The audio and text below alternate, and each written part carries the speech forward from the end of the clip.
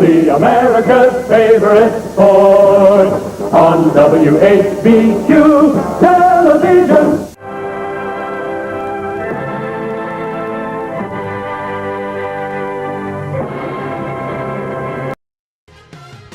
Talking Memphis Wrestling with Randy Hales and special guests.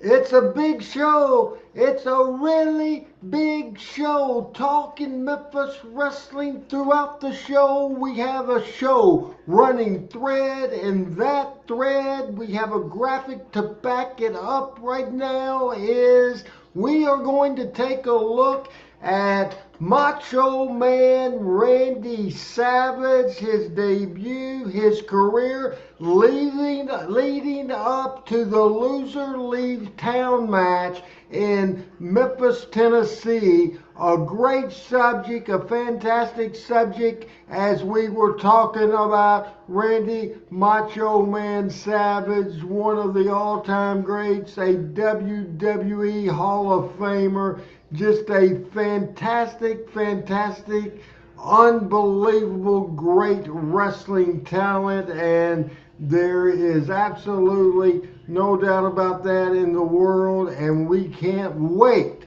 to talk about Randy Macho Man Savage. Hey, it's first aid time. We're going to start with Dr. William Rusty Robinson, and at that point, Adam, if you'll take me off the screen, confusion with Pat, I've got to send him an email, so we'll go with Dr. Robinson. We'll say hello to Dr. Robinson. We'll say hello to the great doctor, the good doctor. We will say hello to the owner, founder, and president of the Good Doctor Recommends podcast. Don't forget, do your first take and throw it to Chris.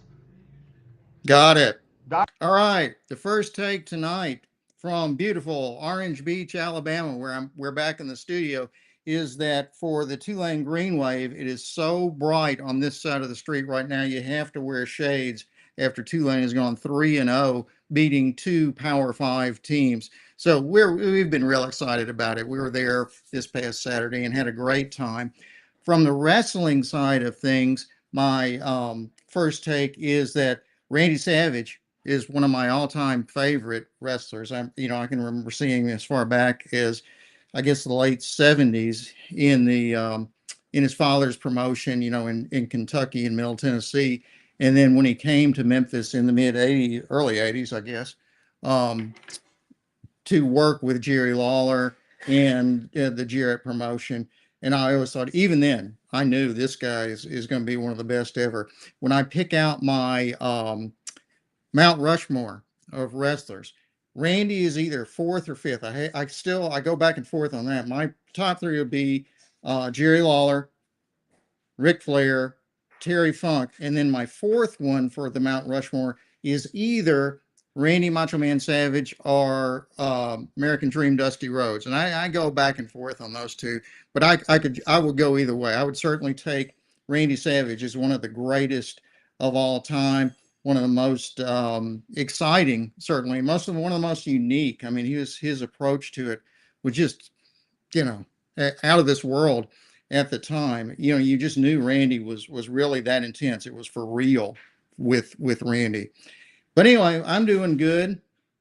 Everybody's good at the doctor's studio. The Blues Doctor will have his podcast coming out tonight at midnight. We're going to do a little remembrance, basically, of my buddy, Dr. Jeff Meldrum, who died last week and is one of the premier investigators in the Bigfoot phenomenon. So we'll talk a little bit about that tonight on the Blues Doctor podcast. And that's my first take, basically. I think we have waiting for us for the first take tonight is our good buddy Chris Ellis, who is from Arkansas, which is another one of my favorite places. I used to live in Arkansas for a while, so I can appreciate that. So good evening, Chris. What's your first take tonight? Well, I'm going to comment on what you said about Savage first. What a great athlete. And watching him come off the top rope with the elbow and even down to the floor, he was amazing to watch when he first came in, and of course the ceiling was no telling what. You knew he was going to be great and could go as far as he wanted to go in the wrestling world. But my first take actually occurred 51 years ago on this date. 51 years ago, my Papa Luster took me to Memphis to the Coliseum for the very first time in my life to see Jerry Lawler versus Jack Briscoe for the World Heavyweight Championship. I'll never forget it. There it is right there. I'll never forget it. My birthday's on September 8th, and he took me to this show. It was my first time to go to the Coliseum. Of course, I'd only read about Jack Briscoe in the wrestling magazines because you look through them at the grocery store while Mom was buying groceries. And I'll never forget that it cost us less than $20 to go because we had the $4 tickets. That's $8. And we got a hot dog and a Coke. That was $4 more a piece. So for that was 12. Then gas was probably $4 to go. So my papa probably had change left over from going to that event. But I'd always loved wrestling. He took me every Saturday to the Legion Hut.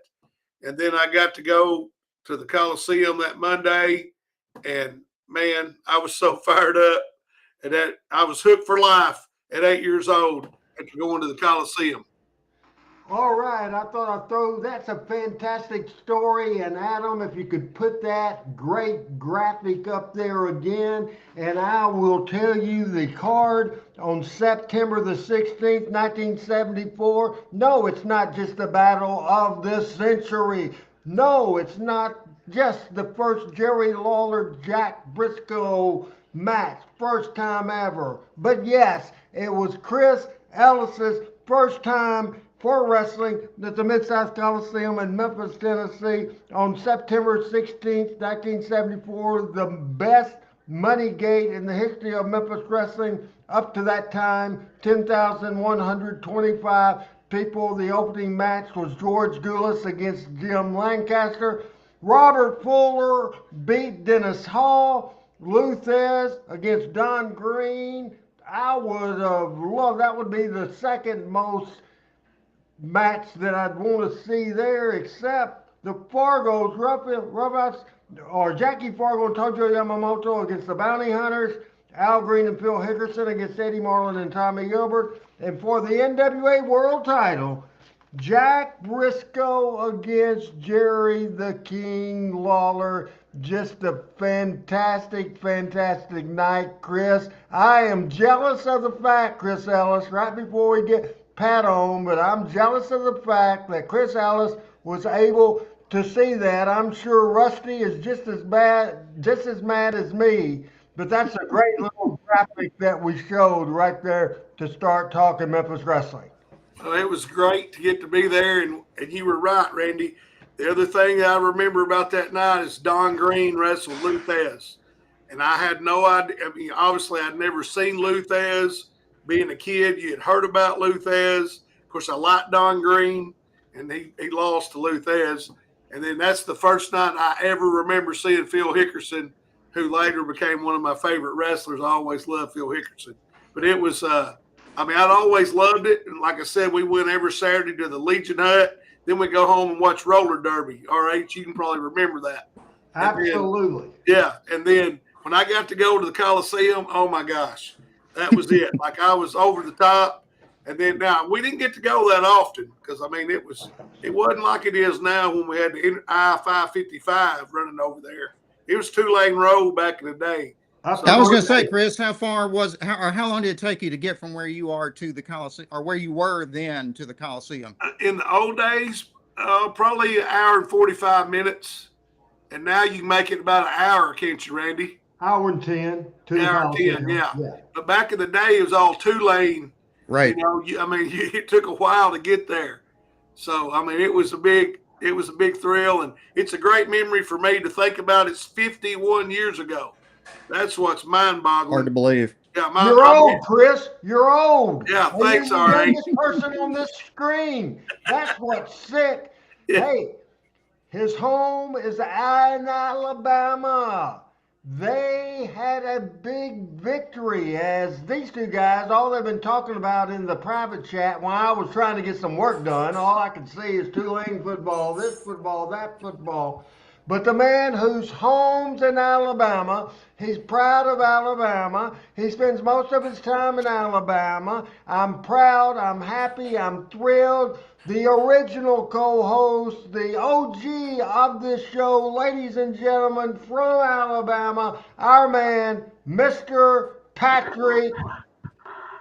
Baker. Call him dad, some people call him husband. I call him my friend. Here's Pat freaking Trammell. Hey, Pat, what's going Well, on there in Alabama? if I'd known I was going to get that, I would have shaved. My goodness, thank you, thank you.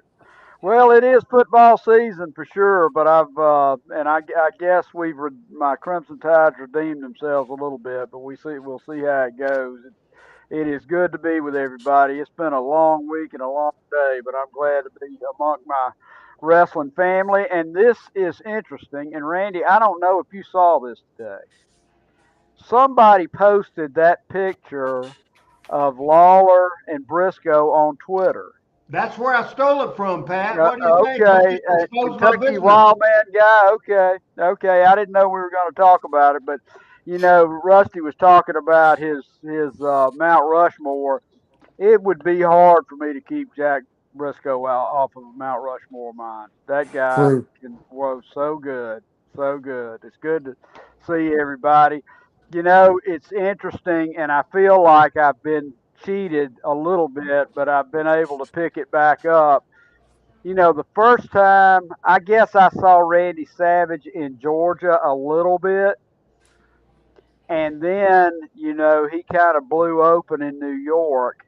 And, to me, WWF and WWE of that time was a little cartoonish. And I thought Randy was a little cartoonish. But I love going back, as I have in past years, and watching his old work in Memphis. And Chris, I agree with everything you said. There's very, very few people can work a match like Randy Savage and be as physical and be as fast in the ring. And I'm excited. We're going to spend some time diving into his career today. All I don't right. know if RH, And I don't know if RH can remember it, but we used to have a UHF channel 30 in Jonesboro, and you could get the old territory that Angelo owned on that channel a little bit. You had to get the antenna right and all that to kind of what. So that was my first introduction. So I will never forget when he came to Memphis out on TV, and I mean, all they ever talked to, they badmouthed the Memphis guys all the time. So when you saw him come out on live TV, you thought it was legit. Like he's come here to wreak havoc on Lawler and Dundee and all those guys because that's all they ever talked about was we're going to, do whatever. And I mean, he was I didn't know it at the time. Obviously, a former professional baseball player, so he was a tremendous athlete. Yeah. I want to interrupt just a minute and say hello to my good friend Ahmad. It's been a while since I've seen you and been thinking about you. So glad you're here, and all our regulars, PJ and Thomas and Donnie and others. Good to see you too. But I did want to say hello to Ahmad. ICW, USWA, CWA Wrestling was at odds.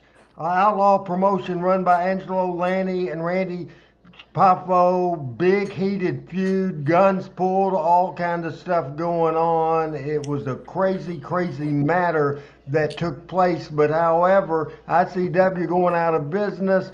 Lanny Poffo went to Bill Watts. Finally, Randy Savage made the call. He went through Bill Watts. Bill Watts called Jerry Jarrett. They had a match at the Mid-South Coliseum. It was thrown out. It was a good crowd at the Mid-South Coliseum in Memphis, Tennessee. And now we are going to go to our first video of the day, and that's Randy Savage's WMC debut. This has been shown before on this show. It's very interesting. and it's 6 minutes and 39 seconds, and it's Memphis Wrestling, the debut at WMC TV at 6 minutes 39 seconds, as Talking Memphis Wrestling is up and running, ready to go, and here we go with that video. He got a 1 count and then realized that it was a choke. Stopped it immediately. Again, Reaper into the ropes.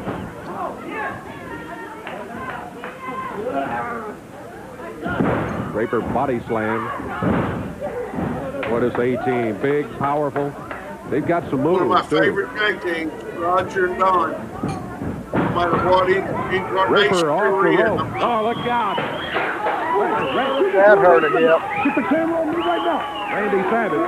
Here we go. Hey, camera on me right now. That's it, right there. 4 years, baby. 4 years. You know who you're talking to right now? You know who you're talking to right now? The Macho Man Randy Savage. And I ain't being under no longer, no.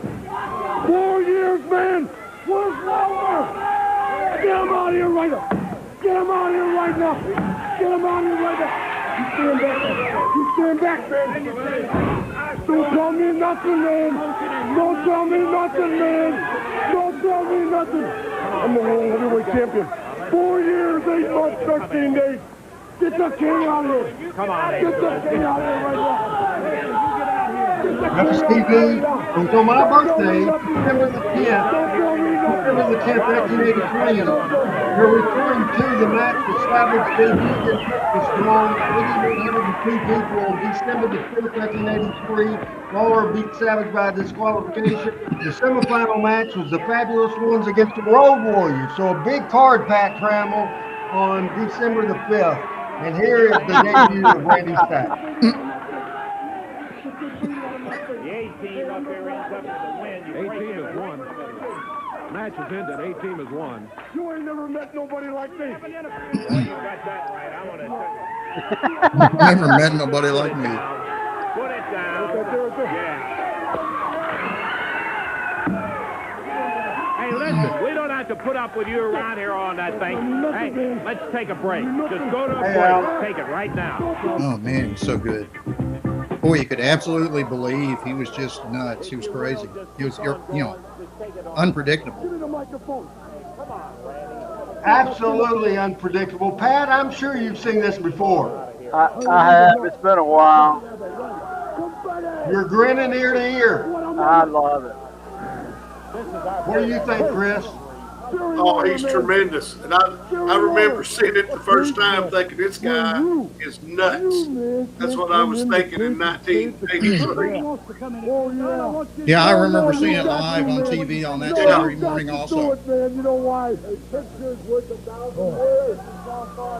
He was shaking that right hand when he was talking like he had a tick or something. I am the best in the world. Let me tell you something right now. Lawler knocked my dad, yeah. Okay, yeah, give him the thing. But you know what? If Jerry Lawler's dad was alive, you know what he would tell him? He would tell him not to get into the steel cage with me. Well, he would tell him not to get in. No. He would tell him not to get in the steel cage. Watch it, man. Now, you said what you wanted to say. I'll tell you something. If you don't get out of this studio, I'm going to call the police in here and get you out of here. Lance getting involved. Lance getting worked up. So we'll get the police down here. My buddy, best friend from another mother, Randy Dandy, the best cameraman and video producer that I work with in the wrestling business. Randy West is in the house. Hey, Randy Dandy. Ahmad was 3 years old, Pat. When this took place in 83, how old were you, old man? I was 21. In 83, Yep. I was 17. I was Now, 20. in 83, I was 24, I guess. Doing some damage here. That elbow, it's the best elbow Yep. there is. Savage off the top rope with that elbow. Amazing. I like Bobby Eaton's elbow better. I was going to say I like Bobby Eaton's too, but I like that. I like Bobby Eaton's leg drop off the top rope. Yeah. And his knee drop was good as well. Yeah. This is Bobby was just crazy. good, period. Angelo Popo counting out for Randy Savage, the Macho Man. Henry Rutledge and the Pink Panther both hit with a pile driver by the Macho Man. Well, Henry and the Pink Panther could say they were body slammed by a world champion. Proved to me is that when Lawler's not around here, you come in here and jump. Long segment here, but man, We don't need any more. it is great. Angelo, just get him out of here now because Bruce Rutledge's coming up. That's the thing about those guys that work the TV. They can say they were in the ring with some super big names in this business. I mean, you can tell your kids about it, show video, your grandkids. You know, here I am in the ring with Macho Man Randy Savage. That's pretty impressive. Like that make every punk around think they can come in and Listen to Lance as he continues to tell the story. I'm not supposed to be prejudiced, but I just can't wait. I just absolutely cannot wait until the action gets underway when the King gets a hold of this guy. I just can't believe it. You talk about promoting the event. Lance had so much credibility, and everybody respected Lance. For him to be that pissed, everybody's going to go, I want to go see this because Lance is fired up. Let me flip over to I'm going to get away from this glass, Dave. Maybe we can get this stuff cleaned up. Throw it up Monday night. All right, we come right back, and before we get into the photos of the day, we got Chris Ellis, we got Dr. Robinson, we got Pat freaking by God Trammell in the house wearing his great little cap. He's in Birmingham, Alabama. We're glad to have everybody here, but we got to do some talking Memphis wrestling business right now. I did a little bit of it in messaging. Next Tuesday night, ORH will not be able to do a Talking Memphis Wrestling. So I can do it either Monday or Wednesday. Now, Doc can't do Monday, Tuesday, or Wednesday. Michael St. John can't do Monday, Tuesday, or Wednesday. Now, again, I can do Monday or Wednesday a Talking Memphis Wrestling. Pat and Chris, what's your schedule like next week? Because if I have to, Adam's got his studio about 97% ready. So if we have to, we have to. And I'd love to have Adam done back on the air, but you guys love to have them as well. So your choice as we're conducting Talking Memphis Wrestling Business. Pat, we'll start with you next Monday or next Wednesday for Talking Memphis Wrestling. One is as good as the other. I have school board meeting Monday, so Wednesday's best for me. All right. Is that okay with you? Yes, sir. All right. And Adam will be in Memphis, Tennessee next week, so he will be able to produce, I would assume, but he will not be able to be on the air. But so everybody, Pat Trammell and Chris Ellis decided this, and Dr. Robinson, took it. You took your stuff. I'll do the best I can. I might be able to get there Wednesday, and I'll try. Ahmad says Monday, but that Monday doesn't work for Chris, and we'll go. It's in the archive. You can always watch the thing. So on Wednesday we will do it. We're still waiting, as far as I know. There he is. We decided next Wednesday, because Tuesday's out. Next Wednesday we had the first take, and I'm going to do some quick things so Michael St. John will know what in the hell we were talking about. The first take of Mr. Ellis was celebrating a show 51 years ago, and verbally, if we could put that up there. And once again, Chris, tell Michael St. John the significance of this match on September the 16th, 51 years ago, and how it relates to your life. So Michael, my Papa Luster, my first ever visit to the Mid-South Coliseum for wrestling was this show for my 8th birthday 51 years ago on this date. It was obviously on a Monday, not a Tuesday. It's my first time to ever go to the Coliseum. I'd been to the Legion hunt every Saturday, but I finally got to go to the Coliseum. It was a huge deal in an 8-year-old's life. I'll never forget it. And of course, it's the biggest crowd. I mean, Jonesboro had 20-something thousand people in it at the time, but there was 10,000 people in one building. I'd never seen anything like that in my entire life. And I mean, I was hooked for life after that. That was the biggest deal ever in my lifetime. So, and that 51 years, it's hard to believe. All right, there we go. For the second time, he repeats his first steak. You got Pat freaking Trammell. You got William Dr. Ree Robinson. Dr. William Rusty Robinson is in the house. And now, ladies and gentlemen, across the state from Pat freaking Trammell, he is in another part of Alabama. He's close to Huntsville, Alabama. Now, I'm not going to call Michael, I'm not going to call you the pride of Huntsville, Alabama, because that goes to our friend, the late, great, beautiful Bobby Eaton, but the most decorated radio personality in the entire state of Alabama. He is a big part of talking Memphis wrestling. And by the way, that link you told me was still working does not work. That was the old link. Adam checked and had the stuff up from last year's Memphis Wrestling Hall of Fame. Tell him last time when we had that new opening, it was a Twitch link.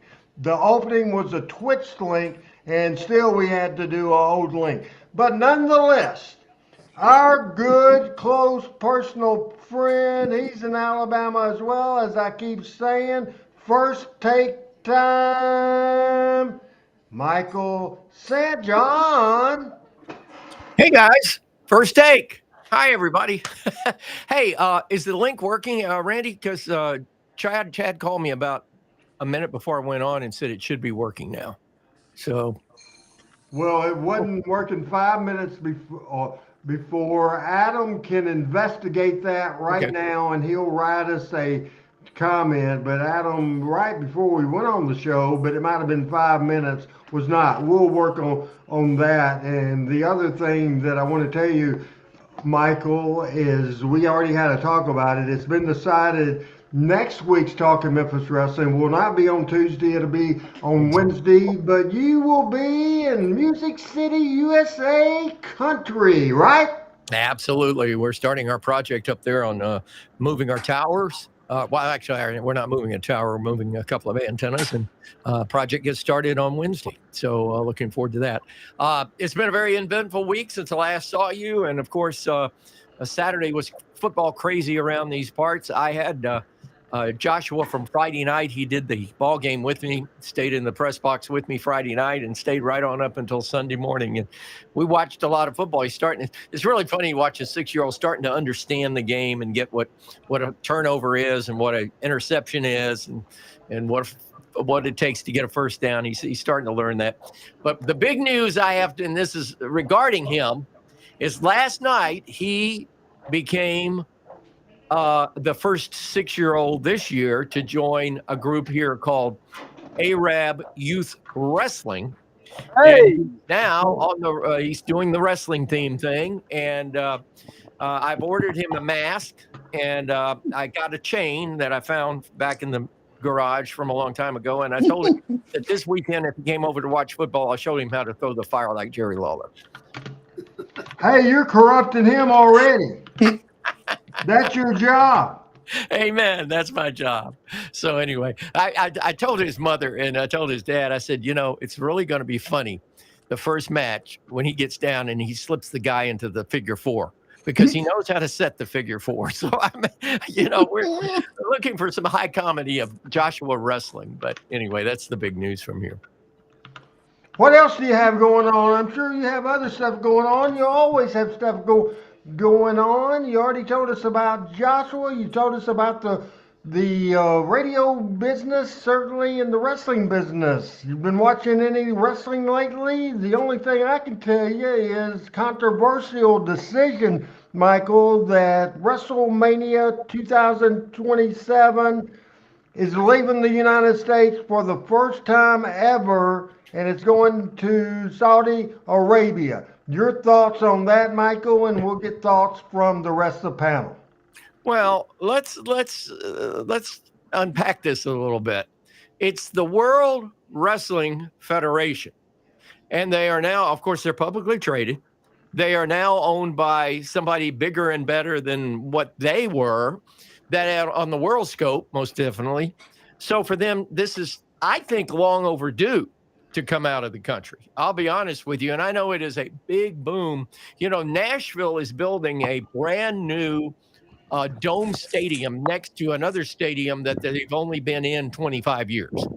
And they're building it literally in the parking lot. And one of the reasons that they gave for building it is they want to attract a Super Bowl, they want to attract the Final Four, and they want to attract WrestleMania. So, you know, when cities are making that kind of multi-billion-dollar effort to bring these kind of sporting events to their town, think of what it must do for the economy. So I really personally thought that Vince would have taken it offshore. And I thought, to be honest with you, I thought the first place would be Japan. That would have been if I'd have been a guessing man or a betting man, I would have bet that they would have put it in Japan, perhaps maybe after that Mexico. But follow the money trail on this. And the money trail is Saudi Arabia and the Middle East, the oil-producing Middle East states and countries. So it wasn't a big surprise to me, controversial. They've been over there, they've been doing shows over there, 10 years now, 8 years now? Yes. The Von Erichs did shows in Israel way back when. There were tours when Sam Munchnick and had his champions. I know back in the days of Kaniski and Dory Funk and those guys, they were going to Japan, they were going to Australia, they were going to Germany, they were going to England, even back in those days. So I don't think it's, I think it's more people saying, Saudi Arabia, Arab country, that all that stigma. I think that's probably what the brouhaha is more about. But follow the money trail, and that's what WrestleMania, and that's what it's all about. And it doesn't surprise me, but I do think leaving the country, no matter where it went, leaving the country is long overdue. I would have thought the United Kingdom right now, Michael, when I get the panel's reaction to WrestleMania going to Saudi, I want you to look at the private chat because Michael or Adam has words about the feed from the fun stations and what we're seeing instead of the Twitch thing. So we'll take a look at that, and we'll bring in the rest of the panel right now to talk about WrestleMania 2027. 2027 going to Saudi, and let's start with money guy Pat Trammell that always has thoughts about that. And so Pat, if we can get your comments on that. Well, I share a lot of Michael's comments, but if you look at the economics today, it's not necessarily about how many people you put in the stadium. Although I think, as you know, I've been to a WrestleMania before in Houston, and the house draw for that is unbelievable. But so much of it is the pay-per-view money now, and what they get off of that. So the goal is not just to fill a stadium up; it's to make it a spectacle that everybody's going to want to watch, and everybody's going to tune into that TV as much as anything. And the bigger you get to, the bigger it becomes a spectacle, the more people watch it, and that's what the business is and was and always has been about. Now, let me clarify one thing. I think you do know this, but pay-per-view in the traditional sense has gone away. Saudi pays billions of dollars to use the WWE. So it's certainly a money situation, but no pay-per-view anymore. Randy, I have to pay-per-view because I don't have streaming. I have to pay for it. But so you can't get the network, Pat? No. I've got regular cable, so I have to do pay-per-view. That's a very small percentage. Yeah, well, but DirecTV and Dish do it too, by the way. Do what, Pat?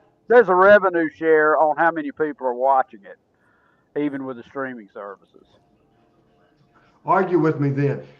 No, I'm not arguing with you. Yes, you were. Chris and Doc. Okay, I was. No, you didn't. Maybe Well, you did for earlier in the day. I take that back. I compare it to golf. LIV golf, the Saudis paid gazillion dollars to get the top golfers to come and play some kind of, just for lack of a better term, gimmicky form of tournament, but to get all the top names in the draw. And I've said this in my whole adult life, there's nothing $100 bills can't fix. So you got, like Michael said, follow the money stream. They'll have it on Mars if somebody on Mars will go pay for it. Before we go with Rusty with that comment, I'm putting up a comment on the air, and Michael, explain who this is and what is he saying. I think this basically is a private chat about the streaming issues with this show. Who is Pro Star Radio? It is. It should have been in the private chat sector. That is our IT guy, and that is regarding that. I just sent him a note of where the private chat is on this. All right. So starting next week, we'll be rocking and rolling and ready to go for sure. Chad is in the house as well, and we appreciate all he does to make this show worldwide. Michael St. John. Randy, I just want a couple of our listeners have chimed in on this WrestleMania going abroad thing. And Joe is asking how protected are the wrestlers when they go abroad. And I don't think the Secret Service is aboard, but I do think there is enough private security that I've heard that the WWE or the company that owns them now spends upwards of $2 million just in security for the wrestlers, both on their way to the event and at the event. And so I don't think security being provided is an issue. Of course, it's always dangerous. I'm not one during this period in our world that wants to go globe hopping right now, just the fact that Americans sort of all have a target on their back. But I think from a security standpoint, I would say he's probably more secure than the Pope or the president. The wrestlers are probably as secure as the Pope and the president when they go abroad. What I remember from Jerry Lawler, the first time he and Jim Ross went to Saudi, they gave them almost a book worth of rules. You can't do this, you can't do this, you can't do this, you can't do this. And they took it real serious because their form of punishment is not like Michael being in the county jail. They'll behead your ass. Excuse me, Chris, I forget you're older sometimes. Behead your ass. If you got your head up your ass. Right, that's for sure. Very interesting. Any other comments you want to address there, Michael? No, I just think it's I'd love to hear more comments from the fans. And now this year, if I'm not mistaken, it's in New Orleans? No, it was taken away from New Orleans. It's back in Las Vegas. It's in Vegas. Go ahead, Rusty. Go ahead, they just announced, I guess, a couple of months ago now, that after having been planned to be in New Orleans for a couple of years, and we'd already had two WrestleManias here before that had been very successful. It was a surprise to a lot of people in New Orleans that they pulled out. And again, it was purely because of, finances.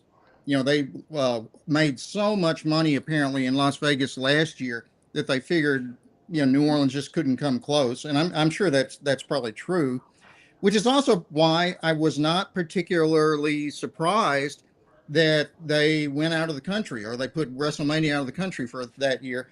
They're, as you said, a privately owned company. So their first obligation is to the shareholders, which means they are obligated to generate as much profit as they possibly can. So that's why they're doing it. I think the controversy has been that they're doing it, as you said, in Saudi Arabia rather than somewhere else. I think another nation, like in Europe or, the UK or something, might have been less distasteful to a lot of people than Saudi Arabia is.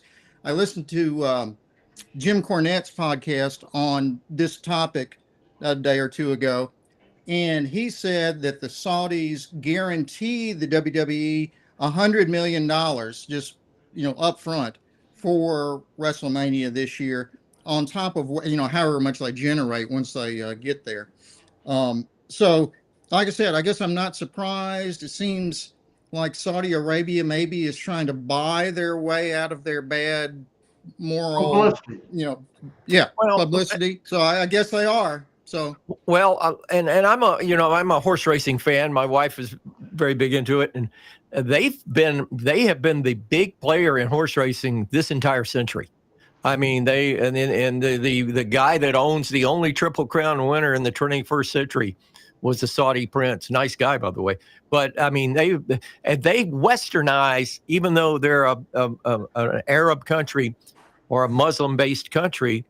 They westernize what they do when they come in our country, and they're bringing some of the Western culture over to that. I'm being told, I have a friend that went to Qatar last Christmas, and he said that now, was it Qatar? What's that independent state, Pat? You'll know that they built all these 110-foot high rises, and they built islands in what was a gulf or an ocean. Is that UAE? Yeah, United Arab Emirates. That's it. And he went. I forget the name. The biggest city there, and he said it was like being in New York City on steroids. He said it was totally westernized. Pat, I have a question for you that you can explain to the panel and explain to our audience here that TKO announced yesterday, and I don't know anything about the stock market, that sort of the thing, and I want to read this opening line, and you tell me what it means to the WWE business. It says TKO is repurchasing $1 billion worth of stock. What does that mean, Pat? That just means that they are buying, making an investment in the owned company. They probably got a lot of stock, and in theory, that will make the stock on the stock market more valuable because there's less of it out there. And so probably. So they're just basically buying up more stock, then, Pat. Is that correct? Yeah, that's right. That's right. They're buying it back into the treasury. And what that tells you is they don't foresee the need for a lot of cash in the near future. Right. To do anything with. They've got plenty of cash, so they're reinvesting it in the company in that way. Very interesting stuff. We've spent the first 43 minutes of great stuff here on Talking Memphis Wrestling. It's time right now for the photos of the day. So once we show something, quick takes around the corner, and unless it's something they don't cover, I will not cover and except to identify. 4534. These are some rugged son of a guns. In the picture that we will show to start off with, this is Dick the Bruiser and the Crusher, starting with Chris Ellis. Quick take. Yeah, they were big in the Midwest. Big. Okay, we'll go to William Robinson. Oh, yeah, no, I agree with Chris. My in-laws, in fact, were from the Cleveland, Ohio, and Pittsburgh area, where Dick the Bruiser was very big. But he would love to talk about going around drinking beer and carrying around the dollies around, like the sort of the Eastern European immigrants to that area. So he was very popular in the old industrial Midwest. Pat Trammell, Dick the Bruiser, and the Crusher, they look like two bad beer drinking, whiskey drinking, cigar smoking dudes. As you start talking, we'll show our audience that picture again. Two rough looking dudes. Here's Pat Trammell. At home in any VFW, from the Mississippi River to the Atlantic Ocean, and from the Mississippi River to East Texas. I mean, that is a mid-century strong guy that's probably never touched a weight in his life. Michael St. John, Bruiser, and Crusher. Well, first of all, you asked for a first take. My first take is, oh my God, they had hair. Because when I started watching them, they were shaved bald. I got to actually meet Dick the Bruiser. He came down to one of Nick's shows right after Nick. I started working with Nick, and I was amazed at how short he was. I was taller than I was 6 foot, and he's about 5'9", 5'8.5", 5'9", but very wide. I don't know, Pat. He looks like he's been doing some kind of work out there. He's pretty buff for that day and age. Yeah. But I guarantee you, for as many push-ups as he did, I bet he drank that many beers that night. Yep. For sure. Next picture, and we'll let Michael St. John lead off. Then we'll go with Pat, then Chris. And this is a announcing related thing. Hopefully, Michael can identify the announcer, which I can, but I'm going to let Michael do it. But I do not have a clue where this was recorded at. Remember, then we'll go, as soon as Michael gets through, we'll go with Pat. And in the meantime, I'm getting me some sweet tea. Michael, who the heck are we looking at right now on our television? I know both of these guys, and I can't remember the guy in the plaid jacket, but the lead commentator at this point for Nick Goulas was Lynn Rossi. Let me help you out. Christine Jarrett's nephew, does that give you a hint? I still can't remember his name. Mike Duncan. My God, I should have known that. This is a channel, well, it's either Channel 8 or Channel 2, which are the same station. They just swapped channels. This is in the studio, and that was a backdrop. And if this were a 360-degree picture, if we could make a right-hand turn, you would have seen that wrestling drawing of the NWA with the two wrestlers grappling on with the world in the outline behind it. But this is when Lynn was doing the commentary, and Mike Duncan was the ring announcer. And I guess he may have done some color as well, but he was the ring announcer back then. So, Michael, was this in Birmingham? No, Nashville. Oh, okay. The studios of Channel 8 on Murfreesboro Road, and the hotel, the motel right next to it. And I'm having a senior moment. I can see the sign and it's not the Drake, but it was one of these motels with the outdoor entrances, and all the boys that would stay at that motel or the one across the street. And I think Nick had a rule that the baby faces had to stay at one, the heels at the other. And then the next week they swapped, and the heels had the better one, and whatever the case may be. There were some weird rules about that back then. Next picture, and we'll start with Pat Trammell on this one. And Pat, I think you'll enjoy that. And we'll go around the horn with Pat. Then Pat, you throw to Rusty. Rusty, you throw to Chris. And Chris, you throw to Michael. And Pat, here we go. That is Harry Thornton in Chattanooga, Tennessee, with a very, very young, I'll say a very young Michael Hayes, but a very much younger Terry Gordy. Terry's probably 18 there. The first Fabulous Freebirds before Buddy Roberts. And were they calling themselves the Freebirds then? At this point, they were not. I think we dealt with that last week on Talking Memphis Wrestling. And Michael, Adam is asking the question, is this Channel 12 WDEF TV? Yes, it is. And that backdrop is the same backdrop that was at the other picture at Channel 2. That's the backdrop I was talking about. And that's the same backdrop. It's a different shade, but that art card on the back is that same logo. But that's Harry Thornton. He was the morning man on WDEF AM radio. He had a show in the morning that was #1 in Chattanooga for a long time, and only to be eclipsed by Luther Massengale.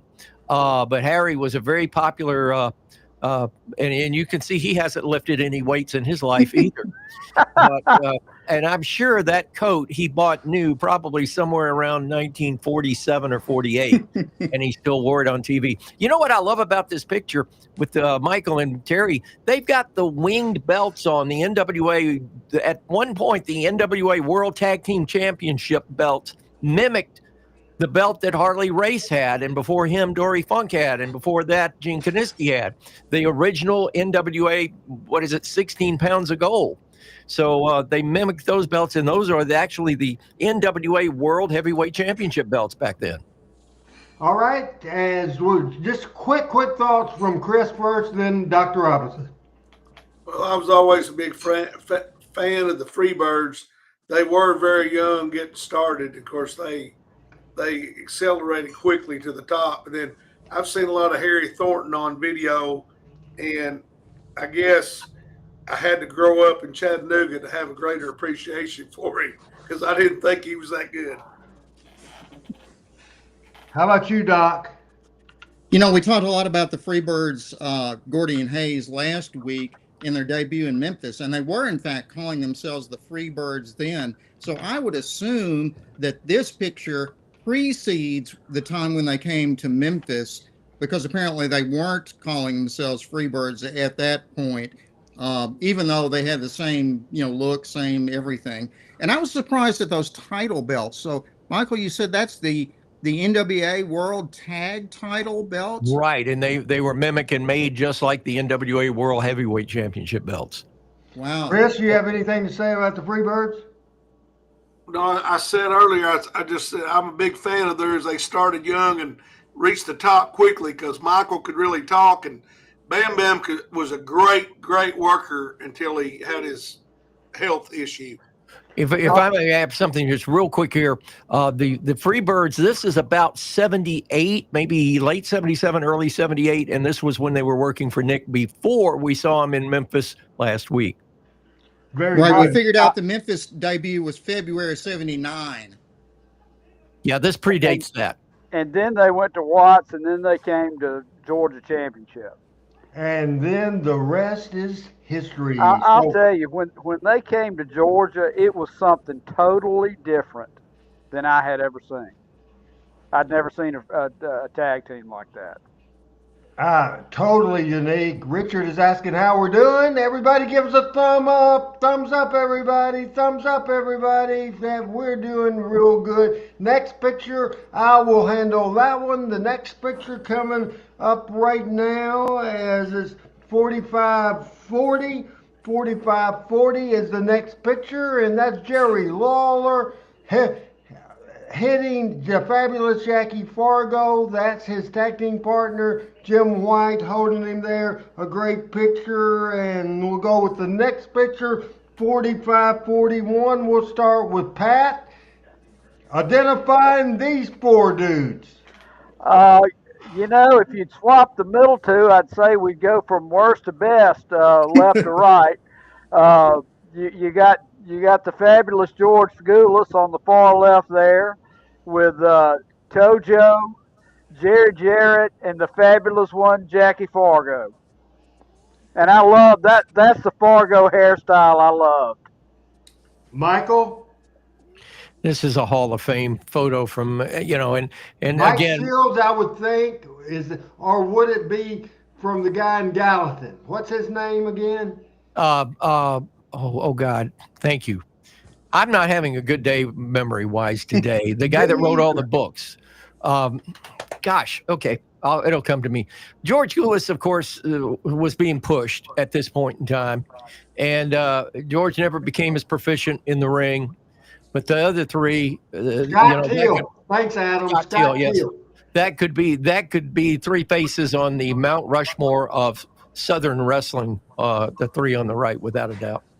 Without a doubt, for sure. Next picture, and this is an interesting picture right now, and I will do this one. Referee Paul Morton, the fabulous Jackie Fargo, and Chris Cope. The next picture is 45-47. This is from the Andy Kaufman era, the very first match, because Jerry Lawler's manager at the time was the future nightmare, Danny Davis. Danny Davis and Jerry Lawler. And we'll go with Pat Trammell to discuss this classic Lawler drawing. The next image we have is 45-48.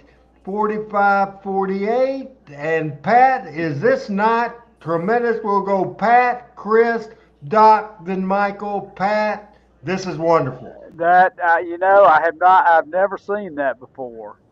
I have never ever seen that before, and I wish I had a full size to look at. I'll tell you, Lawler's a talented guy, as everybody knows, but really, really like that. Now here's the newspaper editor. Is that right? Is that I'm who the guy? sorry? Is that the newspaper editor there in the middle? I would assume, but I would assume that's what that is. Yes, Okay. good catch there. See, Pat's the smartest guy on the panel. Now we'll go to Michael St. John. You know, that reminds me of a drawing out of Mad Magazine. And in fact, when I was in Huntsville today, I stopped by one of my favorite stops just to take a break from a couple of meetings. I had a couple of seconds and ran into Barnes and Noble. And Mad Magazine has a brand new golden edition out. I didn't get it, but back when I was a young kid, I used to get Mad Magazine. And the guy that illustrated for Mad Magazine's covers actually worked for the company that I worked for in Los Angeles. But beyond that, that looks like a typical Mad Magazine kind of thing. But you talk about whoever mentioned the talent with Jerry Lawler. My God, how much talent could a person have in a lifetime? Fabulous. Absolutely fabulous. Great picture. Do what, Pat? No, I'm just laughing. That's right. Agreed. Chris, quick take, real quick, about that great picture. Yeah, great picture. His hand-eye coordination to be such a great artist is what made him great wrestler.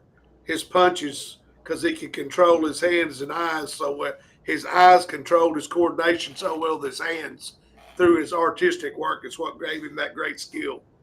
I agree with that. How about you, Doc? Oh yeah, that was exactly what I was going to say. He used his hands so well, and you could tell just looking at, if you'd ever seen a Lawler drawing before, you wouldn't have to be told that this was by Jerry Lawler. You could tell just from the style, which, as Michael said, is very reminiscent of Mad Magazine and some other, the cartoon magazines basically during the day. So yeah, it's impressive how talented Lawler is in so many different ways. Next picture, I'll handle this one. It's 45-49. It is Al Green and Big Phil Hickerson. Don Green was taking some time off, and Sam Bass is the manager. And Michael, I'll throw it at you because I'm not 100% aware. Is this one not the Hippodrome, but the building after the Hippodrome? Was the women's building in Nashville? Yes, this is the women's building at the fairgrounds. It burned. And then they moved into the what was the agriculture hall. But yeah, this is the women's building at the fairgrounds. And Sam Bass looks like he was involved in a get a head shaved match prior to this one. But if you notice, the roof was very low there. So there wasn't a lot of high spots in this in that arena. Very interesting picture. And we go with 45. Randy, before we move on, what year was that? What year was that? I would guess 74, but it didn't say on the picture. Does anybody want to put any information on that? But I really think it was 74. That's when Phil was teaming with Al Green because he joined up with Condrey in late 75 into 76. So I think it's pretty safe to say, Pat, 74. As we go to our next picture, 45-50. And Michael, you listen to Jim Cornette a lot. As we go to look at 45-50, the next picture up, if we could go ahead and show that one, and that's not the one. So we'll look and see if I can find the picture, and I might not have it on there. And as we look at that one and the picture that I thought we had, we don't have, so we'll just... Who are these two guys, Randy, or anybody? Picture. That's Danny Hodge and Hiro Matsuda. That's for later on in the show. But NWA Junior Championship, one of the toughest son of a gun, strongest son of a guns I've ever seen in my life. Michael, talk about Hiro Matsuda, Danny Hodge, when the NWA World Junior title was a traveling championship. Here's Michael. Absolutely. And Hiro Matsuda was, he made quite a name, and was one of those Japanese stars that he could work American style, but he also used that Oriental style and mixed it very, very well. They had that match all over the country. And Danny Hodge, for God's sakes, don't shake his hand. If you want to bring your hand back, don't shake his hand. That is the hardest handshake of any man I have ever shaken the hands of. But a wonderful, fantastic person. He did a lot for amateur wrestling in Oklahoma and was sort of he was sort of a training ground coming out of the University of Oklahoma, which just gave us tons of wrestlers back in the last half of the 20th century and the first half of the 21st century. And Danny Hodge was sort of the centrifuge of making all that come together. Outstanding. One of the wrestlers he trained was Dr. Death Steve Williams. And had his life not been cut short, he was an outstanding talent. But there was a ton of, in fact, if I'm not mistaken, I think he had some to do with Bill Watts getting into wrestling originally too, Randy, if I'm not mistaken. Yeah, Danny Hodge was involved. Ricky Morton tells a story about Danny Hodge, that they were in a bar in Tulsa, and a guy came up to Ricky because he was small and said, "So you're one of those fake wrestlers?" And that Danny got up and set his spear down and walked over and put him in some kind of hold. And the guy crapped himself and pissed himself and passed out. And Danny told the bouncers to drag his ass out. And said he came back down, sat down, and just started talking like it was nothing. Said the guy was about 6'5", probably 280, and Hodge just put him down like that. Yeah, I've heard that story, and I would guarantee you it's true. I would guarantee you it's true. And that's also true about University of Oklahoma being a wrestling powerhouse in those days. I actually wrestled in high school, and we had a very impressive wrestling program at Christian Brothers High School in those days. And we had recruiters coming from University of Oklahoma to look at the guys on our team to try to get them to go there. And that was felt to be, one of the premier amateur wrestling programs in the country at that time. I don't know whether it still is or not, but boy, it was back then. Yeah. Next picture there, Adam Dunn. Next picture, and let's go right through that. We'll just go right to the next picture. So whatever you played last, play the next one and show the next one, and we'll get that going. This is Roger Kirby and Bullet Bob Armstrong, and one more shot of Harry Thornton. Next picture there on Talking Memphis Wrestling today. Very good picture there of Roger Kirby and Bob Armstrong. And this is a picture of Miss Sylvia Hackney as she was being introduced to the crowd at the Mid-South Coliseum on Memphis February night. Next picture, Adam Dunn. As this is Tommy Gilbert and Bearcat Brown saving Tommy Rich from Phil Hickerson and Dennis Condrey. Next picture on Talking Memphis Wrestling. Who's the referee? Who was the referee there, Randy? Yeah, that almost looked like a young Randy Hales. Who's the referee? Buddy Diamond. It's Buddy Diamond. Is it Buddy Diamond? Oh. Yes, sir. All right. I didn't know that. That's why I have a panel here with me.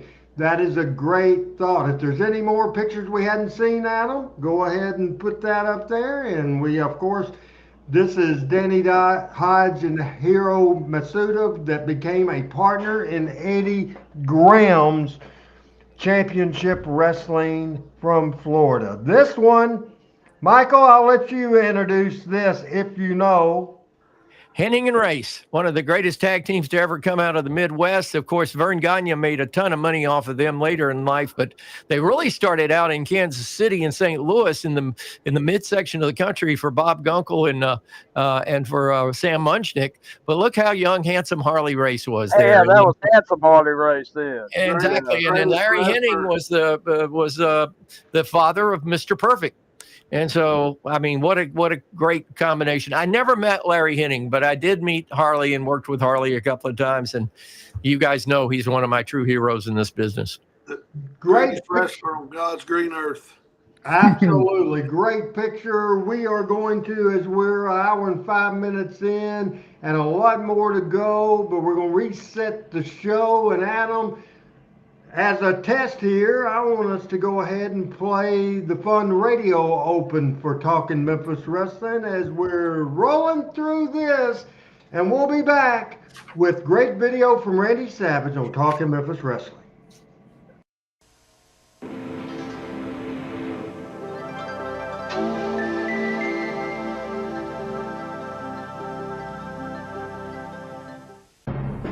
Talking Memphis Wrestling with Randy Hales is now streaming live on Fun Media at fun927.com and is always on Facebook, YouTube, X, Twitch, and at TV5Wrestling.com.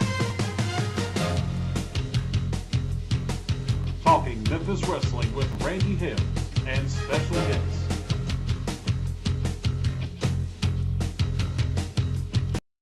Continuing our Randy Savage story, we'll go to a match that highlight video of 4 minutes 20 seconds in 1984. This is Dutch Mantell, the Dirty Dutchman, the #1 citizen of Oil Trough, Texas. This is Dutch Mantell and Randy Savage, and we'll watch that right now on Talking Memphis Wrestling. Shoulder, puts Savage down. Dutch over the top. Little leapfrog. Whoa, he went up, and Mantell waited, nailed him when he...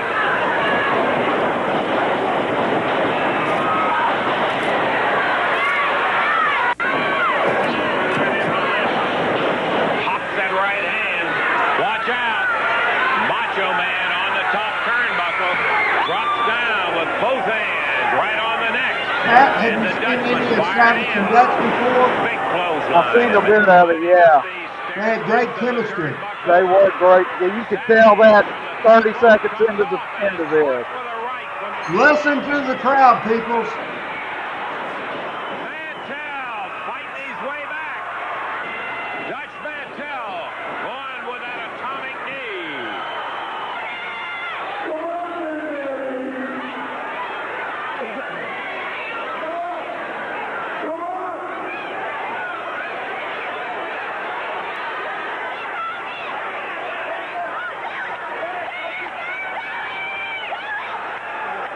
Big crowd at the Memphis Mid-South Coliseum.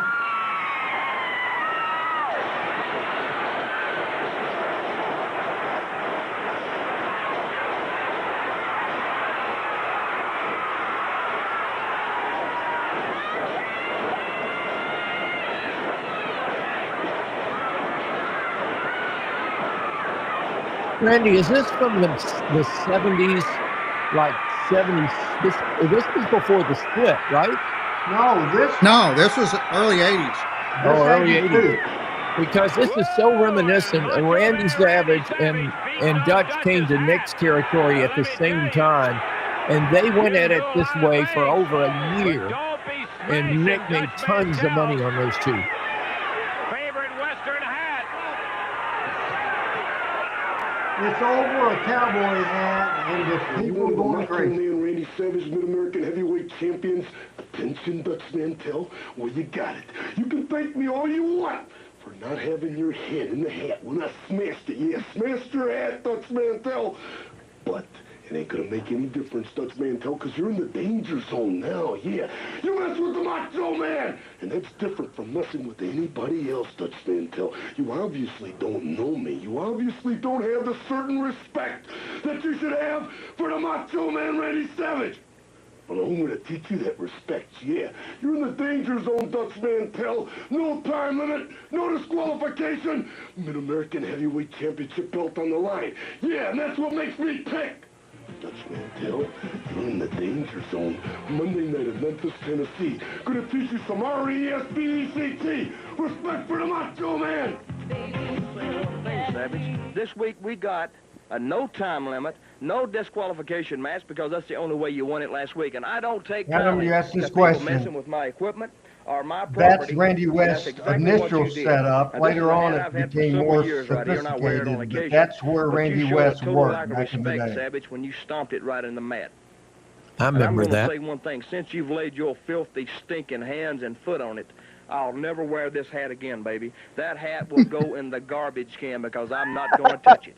But, Savage, I want you to bring Monday night, I want you to bring that big macho reputation. One more time is all I want. One more time you bring it into Memphis. You see the And microphone one thing he's also holding, bring that Mid-America belt and the bring one we that have old right here with us ancient, stinking on old man set. of yours, baby. Bring him in there. And when I win that belt, I want you to take him and that old man and get in that old Mercedes that's about 150 years old and haul it out of town, because I want you out of my hair and out of my life. I've held that belt before, and I fully intend to get it back. Savage, you show up Monday night, because I'm going to come looking for you, and when I'm looking, I usually find somebody, and I'm going to find you Monday night, Macho. You show up. I'll be there, baby.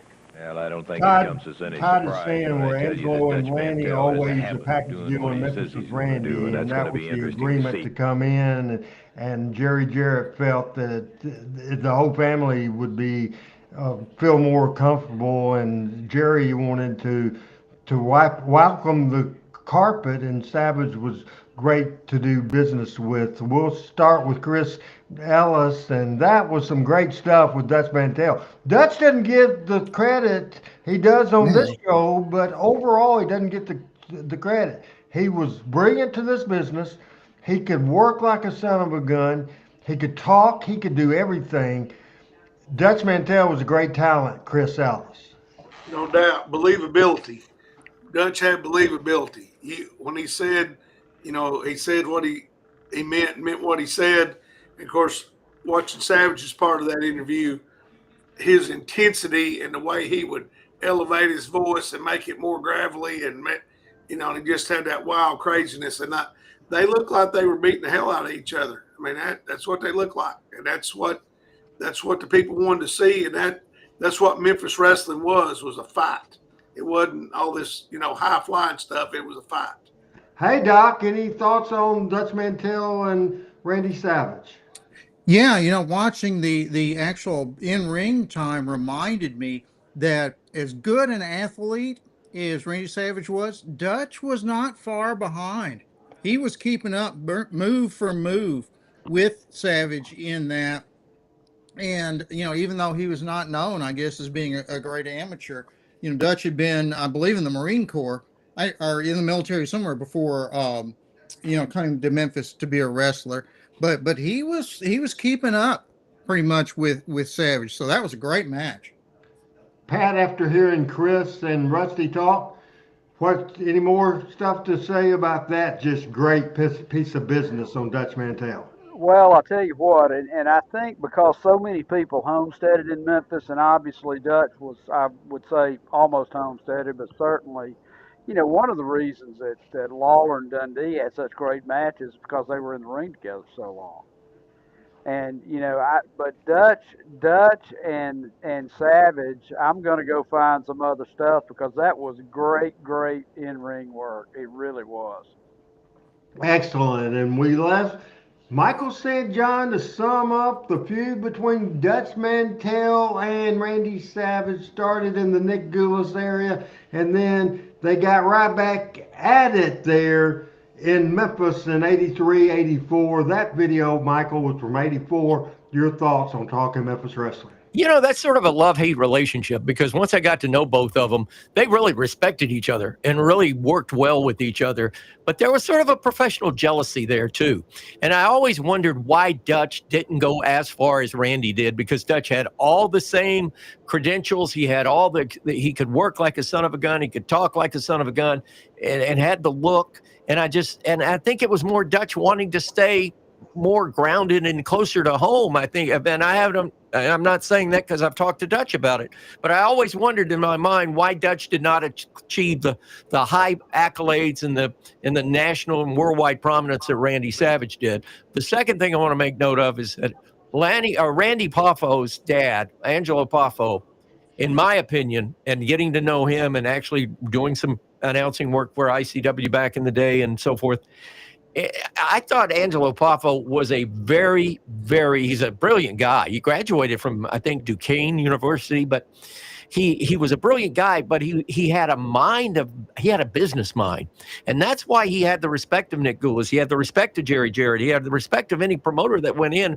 When he brought his son in, sometimes people would say, he's a pain in the ass, but he was a good businessman. And I think that was what the bottom line on the success totally of Randy Savage and the Poffo family was grounded in the fact that Angelo Poffo was such a great businessman. Now, Savage was one of the first, what was called a cool heel. People started popping for him. They switched him babyface. He teamed with Jerry Lawler. There's one of those good old wild TV5 brawls that happened with Randy Savage, Jerry Lawler, King Kong Bundy, and Rick Rude. What talent. Jerry Jarrett's on this video too. And Pat, you will love this. It's just a great piece of business. It's 6 minutes and 35 seconds. in length, and we'll do it on Talking Memphis Wrestling as we show now. From all of the guys, Bill Watts and all of them, they really wanted something that would just let you have something you could keep in your house in there and let you know that they really appreciate it. Thank you very much. Okay, Jerry, that was a super night of action. And hey, all right, will you show some class? Anytime you see a trophy on a wrestling show, you know it's going to be destroyed. Yeah. Good point. The big Pro USA wrestling show in Memphis, right? Yeah. You're the big promoter, right? Well, let me tell you what you forgot. You forgot the two greatest pieces of talent in professional wrestling today. 84 did big business in Memphis. Big business. King Kong Bundy, Rick Rude, and Jimmy Hart, you know where they ended I up. want to talk about it now. Well, let's Why were we on the card? Just give me a good. You'll never give me a good reason. look hard. I call your office. That Lone Lake secretary tells me you're out of town. I want to know why we were on the card. Let's just discuss this where we're supposed to in the office. No, let's discuss it right here, Jared. We can't find. Why were we on the card? This is not the place to discuss business. Let's talk about it in the office. Wherever we say we're going to discuss business, Judge, we're able to. Shut up, Lance. I want to know why Ravishing Rick Rude and King Kong Bundy weren't on the big card. We made fools of Savage and Lawler. Lawler was all over in the tournament. We beat his butt all over the United States, and you put him in a tournament, and he's going to be on the big show. What about your talent? What about the stars, Jarrett? What are you trying to embarrass somebody? Why don't you do this? I want the man to give me a straight answer. Look, I want a straight answer, Jared. That's all I want from you. I had some nominations to be on the card. So did all of the other 6 promoters. There was a select committee of which I wasn't even a part of that chose the talent. I recognize y'all, or I wouldn't have you working for this company, as 2 of the top talents in the country. But I didn't pick the talent for that program. Yeah, but where was your stooge? Your little stooge, Jerry Lawler, was right there. On every tape, Lawler was there. Every match, every tape, Jerry Lawler was there. And you have $2 million pieces of talent, and we weren't there. Money will take this up in the office. Why don't you just let it lie?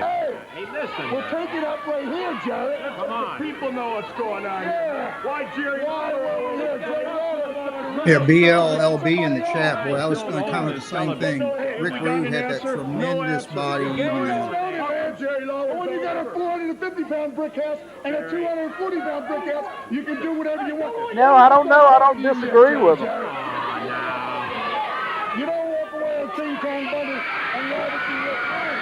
I agree on Rude, but not on Bundy.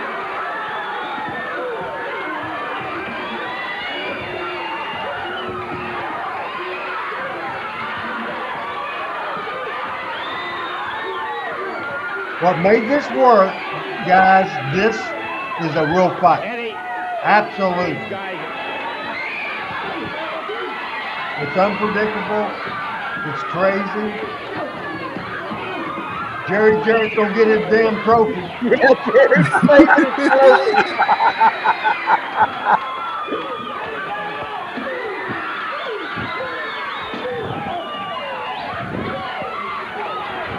He's got to put Clark's head in that trash can. Watch. Here comes the trophy.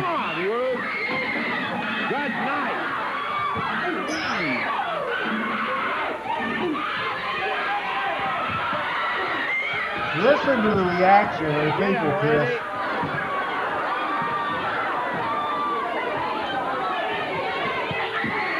Good. Hitting again.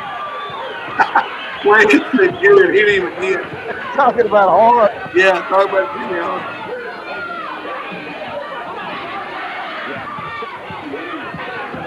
Come on, Hart. Uh-oh. Hart was tremendous.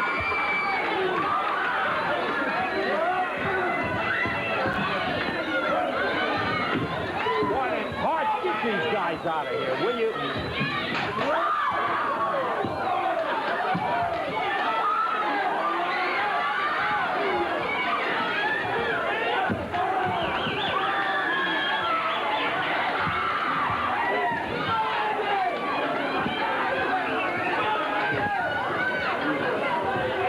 as studio brawls go, this is more realistic than a lot of them when you think about it. This is much more realistic. And Randy, I think you're right. It's just a bar fight. Very good. Excellent. Pat, have you seen this before? I've never seen this before. Yeah, I remember when this was on TV. I watched it then. I was just as impressed then. Look at him taking down the ball. Look at Coach there's Bob Coach Crone, the coach, the floor director. Do you see Coach Bobby? Michael? Yeah, I do. Coach Crone was my baseball coach in high school at Christian Days High School.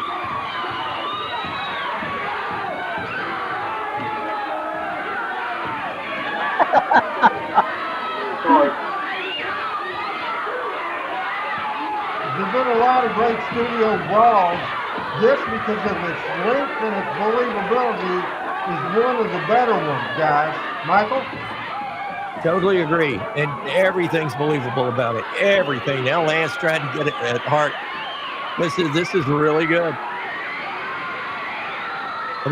The fans have just going crazy. The crowd has gone banana. Absolutely.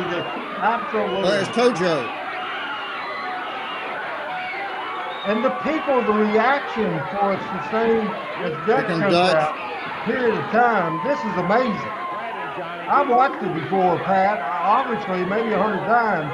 This is one of the best brawls ever from studio. Yeah, we'll try to get this settled down. Let's take a break. You know, one of the things about Memphis is like nowhere else, and I think I've talked in the past kind of about my good fortune to have a lot of separate TV channels when I was younger. You know, you might have a push and a slap and a hit, and then but you never had a full-scale brawl on TV on any other wrestling show. And I'm thinking about Georgia Championship. I'm thinking about South Alabama. I'm thinking about, Sterling Brewer. None of that. None of that.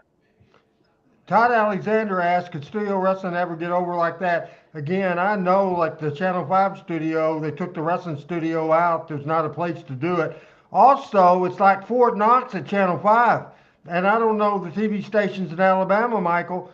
It's like Fort Knox. There's gates all around. I don't think a lot of TV stations would let the general public, like 200 strangers, get in that building. How would you answer this question from Todd? I agree with you, Randy. And in this day and time of the violence that occurs just on the spur of the moment, I mean, back then it took you had to get the crowd worked up. Well, now the crowd's worked up before they come into the building. I think that's the difference. And as far as the security, everybody in this area, Birmingham, Nashville, Huntsville, just about everybody has security guards now. Even the two major radio companies that have major complexes in Nashville, like you say, it's like going into Fort Knox. But I don't think you will ever see the days where this kind of wrestling can be put forth in the TV studio. But I do have a question of you, Randy. I get from time to time, I get notes from the Memphis wrestling show that's being taped somewhere. Is that in a TV studio somewhere that they're doing, or is that just they're doing it in a place and then they show it on TV? That's how they do it. Yes. Gotcha. I don't think there is a live wrestling show in any wrestling company, independent or large scale, in a television station studio anywhere, literally in the world these days. Randy Savage debuted in Memphis in December of 1983. Then, as we said earlier, he was switched. Babyface, teamed with Lawler, was a hero, switched him back heel then in 1985. Randy Savage got the phone call from Vince McMahon, and he was ordered when he was given a contract, said you have to come right now, you can't give a notice. And Randy Savage said, Jerry Jarrett hired my ass when nobody else would. He said, I'm going to do business the right way. And that goes, Michael, from the businessman Angelo Poffo had.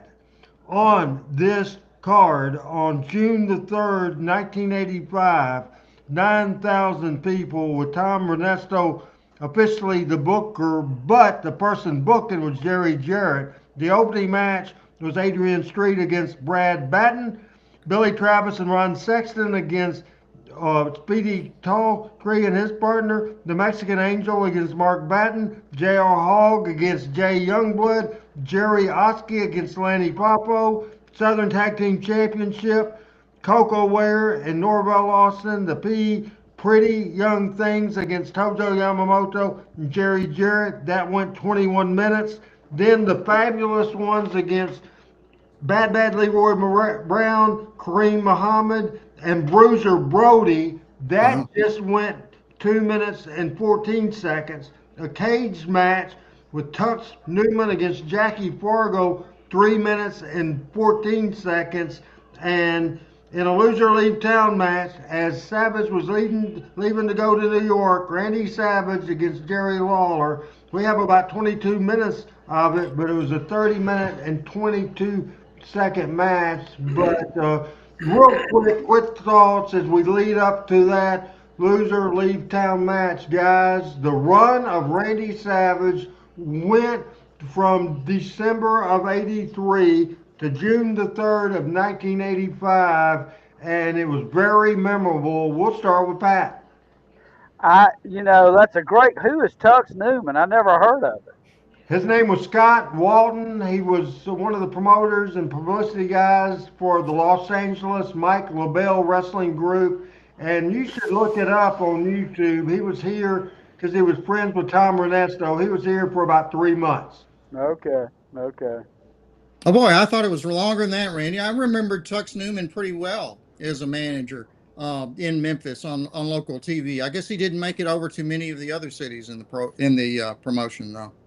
It wasn't that. It was just a down period. He came in when Renesto was booking, and some people just don't understand the Memphis style.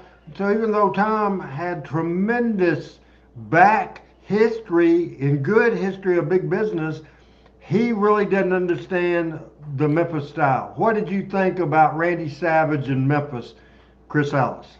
All right.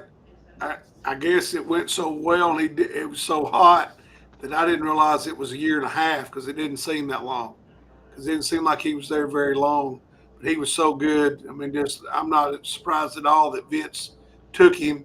And then as far as Tux Newman goes, he wasn't there very long. And the only thing I remember about him is Sweet Daddy Siki. He did a deal with Sweet Daddy Siki when Siki came in, and they did a deal where he's friends with Lawler and all that. And I wasn't impressed with Tux Newman. To tell you what, that'd be a good college fake name though, wouldn't it? Yeah, absolutely. You're creative. Don't say Pat Trammell wouldn't be a good booker because. No, I had a couple of nom de guerres in college. All right. Hey, we are going to cut off the cards of the week. We'll bring them back next week because we have a 22-minute, 32-second video that we're going to show. This is the end of the era. We just read that card a little earlier from June the 3rd, 1985. 9,000 people at the Mid-South Coliseum. Loser leave town. Randy Savage, Jerry the King Lawler. This is cut down from a 30-minute match. This is a 22-minute. I'll look exactly and I will give you the 32 seconds. 22 minutes, 32 seconds. Our microphones will be hot during this whole show.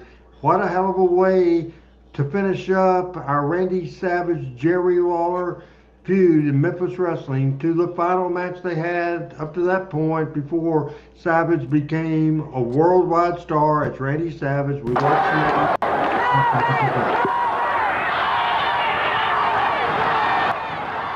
Boys, a crowd up for this one. Big crowd, Mid-South Coliseum, Memphis, Tennessee. Southern heavyweight title, no time limit, no disqualification. Loser leave town for a minimum of 1 year, and the referee is stationed not in the ring, but on the outside of the ring.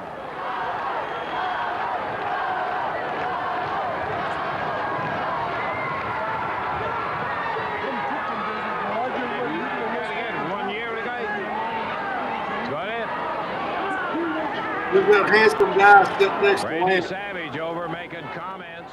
Do what, Chris? Who's that handsome guy sitting next to Lance? The owner, the founder, Pat, the president of Power Pro Wrestling. I had a good seat, wouldn't you think, Pat? Right there by it. Right beside the best of all time. And Michael, on big matches, who was better than Lance Russell? None.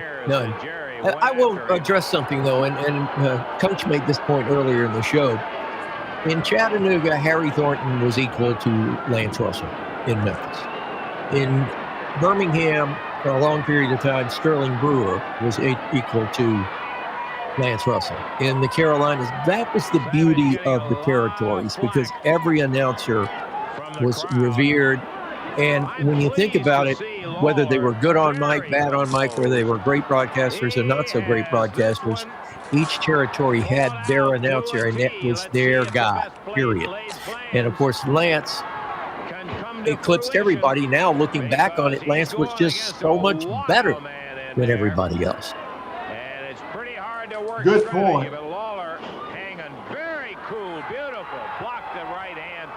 If you do the inside the ropes analysis of this match, you can't really, if you can in any way, guys, pick this apart. These are two of the best, and a very important part of a wrestling match, especially a single wrestling match, is chemistry between the two wrestlers and the intelligent level as a wrestler that the two wrestlers are. And they, Michael, they weren't two smarter wrestlers than Randy Savage and Jerry Lawler. Oh, absolutely not. And then you're looking at and right here, I mean, they're not at the peak of their careers. They're still on the ascend. And I think where their careers went from this point to 10 years after this point was just absolutely phenomenal. And when we talk of these two guys, perhaps, and we talk of Jerry a lot on this show, but we probably don't give Jerry his due as for how good a worker Jerry was. We knew about his facial expressions, we knew about his promos, we knew about his mind, but physically the guy could go also. Hit somebody in the first row. He is wild. You know, Michael, I think I agree, and I think part of the reason was because Jerry just never had really that great physique. You know, he looked like a regular guy, kind of. But he could work, you know, better than anybody. Well, I don't think there's anybody that would argue that after Fargo, he had the best punch in wrestling. Without a doubt, had the best punch in wrestling. And he got it from Fargo. But, you know, you look at his everything about he did. There was very few matches that Jerry was ever not good at, even at spot shows. And God knows I was in Gallatin, Tennessee at the high school gym, and in Portland, Tennessee, and Springfield, Tennessee, and Red Boiling Springs, and all those towns up there that Jerry make an appearance. And Jerry was always on. Once he came through that curtain or came out of that doorway, he was always on and gave the people what they came to see for. And for that by itself, he should be in every Hall of Fame, every wrestling Hall of Fame in the world. Hey, Pat, I asked you this question a lot. I don't remember showing this on this program before. Have you ever seen video of this Loser Leave Town match, Savage and Lawler? I've seen highlights of it. I don't think I've ever seen the whole thing.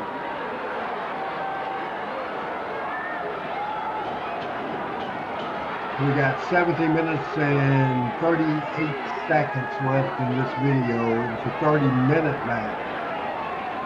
And you hear Michael explain the buzz of the audience that's different than a regular, normal crowd noise reaction. Well, they're frenzied. They came for this match. I mean, this is why they bought the ticket. And the anticipation, it's on last. There's excitement in the air. There's probably a few beverages that have been consumed in the building. And it's one of those, either legally or illegally, but it's one of those situations that you build up. It's like a crescendo. You know, the audience, the orchestra, bringing it up to the point of where the place is going to explode. And it's you see it in other sporting events in prize in professional boxing. You see it as you come up to the main event. I'm sure I haven't been to an MMA fight, but I'm sure it's the same way. In horse racing, it's the same way. You know, when you're leading up to the Kentucky Derby or the Preakness or the Remsen or whatever the big race is, that crowd, that buzz, that excitement, that people talking among themselves, it just gets to that crescendo. And unless they give a disappointing performance, it continues to build and build. And that's what these guys work on. They take it from where it's at and then bring it into, you know, sheer madness, as most of these matches end up. The other thing, I think the emotion involved in this match was tension, because this was only like a year and a half after Dundee left, losing a loser lead town. So I think it became a possibility to see one of the two main stars of Memphis get beat and leave, because we've seen it happen. So I think there's some anxiety with it as well, because Savage had been so impressive. Just a kind of a brawl this is going to be. Savage stumbling to the apron. You know, I don't think there was anybody that came to the match thinking that Lawler was going to lose, but there are points in this match where, by golly, it looks like Lawler's going to lose. And Randy down on the concrete, doubled over. So this was June of '85, I believe. Is that correct, Randy? Absolutely. Okay. This was a June event. This was at the Mid-South Coliseum in Memphis, Tennessee. Loser leave town, 9,000 people. June the 3rd of 1985, 9,000 people. 2 years from Lawler Dundee loser leads town on Picking that chair up. Gonna bring it back similar in, Monday night, first Monday of the month in June. Holding on to the chair. This is almost exactly the same time I was leaving Memphis. I just had medical school graduation. I was like, it must have been June 1st, because it was on a Saturday right before this of '85, and I started as an intern at Charity Hospital in New Orleans on July 1st of that year. So I probably was already in the process of moving on this match. Incredible athlete. A little weird between the ears, but as far as the athletic, Pat, I added something to the show just because you've never heard of Tux Newman. There's a 3-minute, 30-second video, and after we discuss this match, after it's over, we will, in fact, show you Tux Newman coming up on Talking Memphis Wrestling. How about that? We're getting the video quick. Adam's not the only one who can do that. I'll tell you what, I've had a lot of knobbledores in my time, but Tux Newman's a great one. Stipulation. Stay with us. Don't you leave, because we'll be back with the finish of it right after these words. Now, what was the rationale behind having the referee on the floor? That was just kind of an old school little deal, Pat. Michael, you might can help me too. So the referee, probably in the match they had before, was a factor in the match, or might have been knocked down or something like that. It's just a booking tool that was used. Can I say it any better than that, Michael? No, I think you hit the nail on the head. A referee probably got involved in the last match, and they took him and put him on the floor to let the crowd sort of. It's a different gimmick, but you're absolutely right, Randy. It didn't really make a difference. I've seen, in fact, I think there was one match in Memphis, and I'm trying to remember in '76 or early '77, where Lance Russell was the special referee on the outside of the ring, and he had a football referee shirt on with a whistle.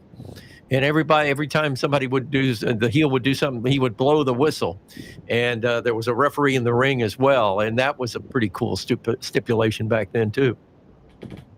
You know, the truth, I remember the match. I didn't look at this video when I uploaded the thing. I didn't know we had a 5-minute commercial. You see the Wrestling Heroes and Villains, the magazine they're selling here, and I like, as we see the names, Antonio Rocca, Luthez, all the Gorgeous George, Killer Kowalski, the Crusher, Lou Albano, Freddie Blassie, and Buddy Rogers, the Volkovs. This is cool stuff we're seeing on that commercial, Mr. Trammell. Yep. I bet you're already writing that damn phone number down. Yep. We'll see who answers. $49.95. Wow. And That was nobody big has money. video. That was big money back in those days. That was big. $50 for 2 VHS tapes was big money in '85. A 6-pack was $275. And let's go back to the audio of the action for this match, as we are about 11 minutes away from the end. We'll see who leads Memphis. I bet I'll put my money on somebody, and I bet I'll win. If anybody's dumb enough to take me up on the thing, because you already see in that video, I am there at ringside. Yeah, I don't think Las Vegas offered a line on this match. And they're both suffering from that. Waller up. Richard is saying you can check out Tux Newman on the California Championship Wrestling on YouTube, and I've never watched that before. So that's someplace for us to look at, Pat. Thank you, Richard. Up steam now. Here's Savage missing a wild swinging right. Look how Savage sells those punches. Show me a wrestler today that sells like Savage did. Into the ring post as Savage jumps out of the way. Jerry hit his shoulder, his left shoulder, right on that ring post. Savage a knee to the lower spine. Approaching the 30-minute mark of the match, the people are blown up, Michael. The people still into this match. Absolutely. How many of them are standing? You know, ringside are sitting, but there are tons of them standing throughout this match. You know, Vince Russo in the Attitude Era was a big advocate of the fact that people would not watch a wrestling match on television past 4 or 5 minutes. I 100% disagree. I think two great wrestlers like Savage and Waller, they would watch an hour match easily. Don't you think? Even today. Absolutely. I agree.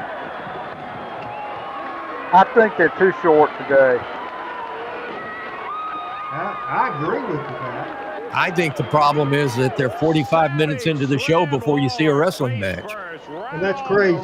And AEW is getting as bad as the NWA or the WWE on it. Sometimes worse. Just the ring entrances are often longer than the match itself. Savage comes off, nails him again.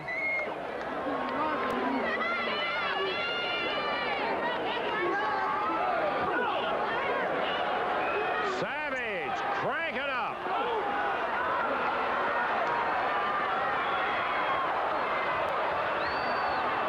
The referee trying to look at Lawler's eye. And the referee saying it's a bad cut. But he's not going to be stopping this match. Boy, Jerry is covered with blood. When he hit that table, he apparently busted the eye, his right eye wide open.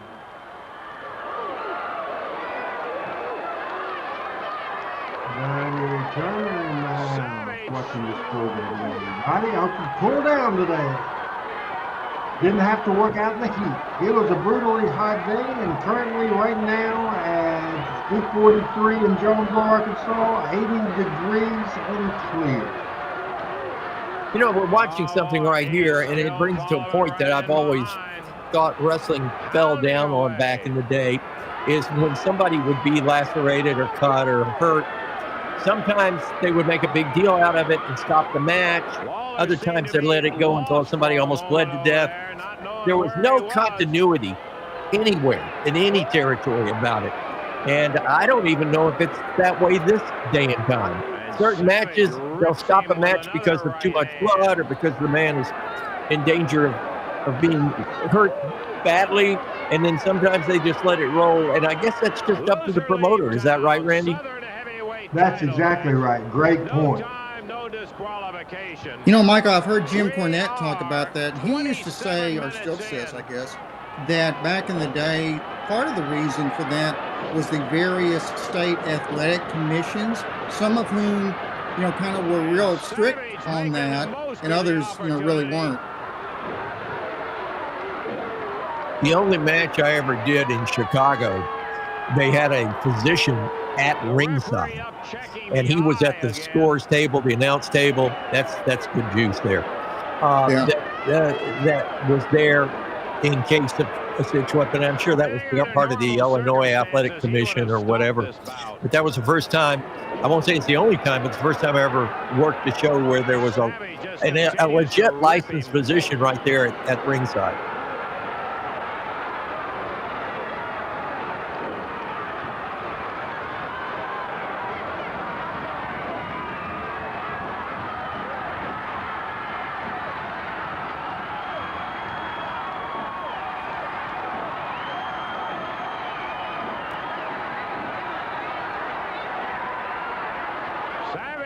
Attacks the eye savagely.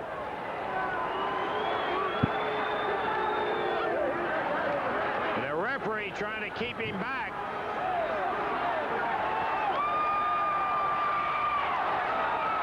The referee says ring the bell and declaring Savage the winner.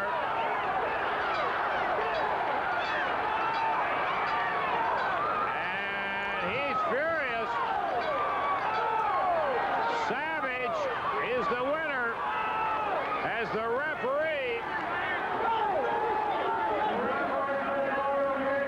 in 28 minutes and 43 seconds.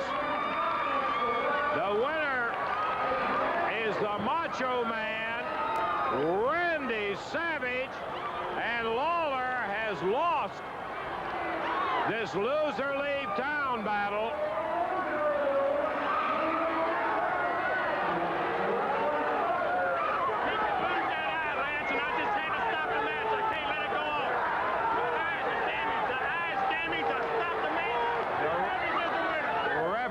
Says he stopped the match and that Savage is the winner. I don't see how he stopped this contest, but he did. He said Lawler was in danger of losing the eye.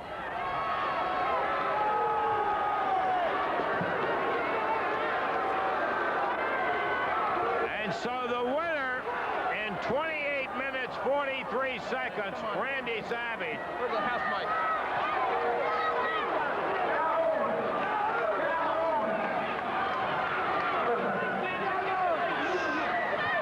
Lawler talking now to the referee.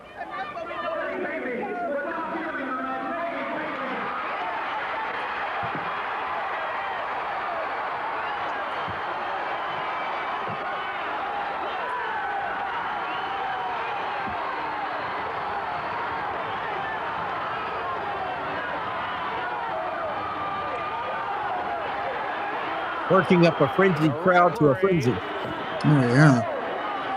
Absolutely. Here comes Tom Ernesto down. Let's see if we can find out what's happening. Ernesto is Randy, is that you sitting there at the desk? Yes. Tom Ernesto stayed at the Holiday Express last night. I guess he's a doctor.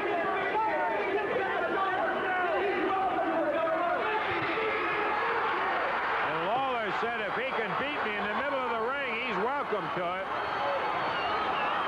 Where's Mr. Coffee when you need him?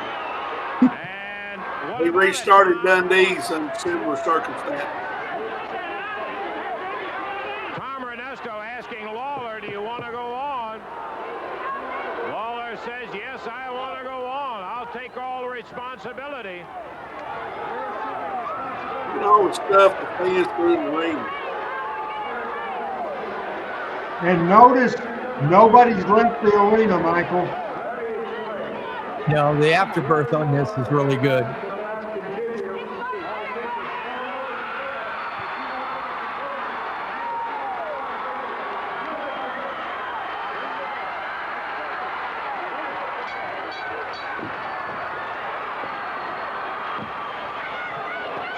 took a hiatus at 28 minutes and 43 seconds.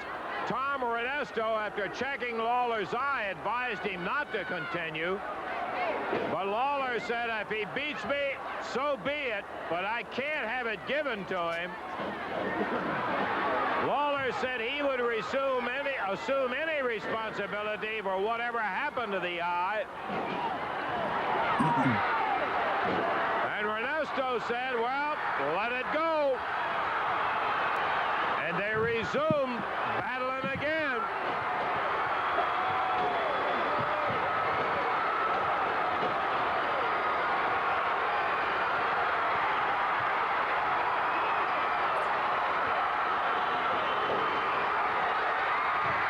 Savage nailed him with an elbow, and Lawler snaps the strap down. So Randy, was Tom Ernesto there at that time to be the booker, or what? Why was he brought in at that point? Jerry Jarrett wanted to try somebody different, and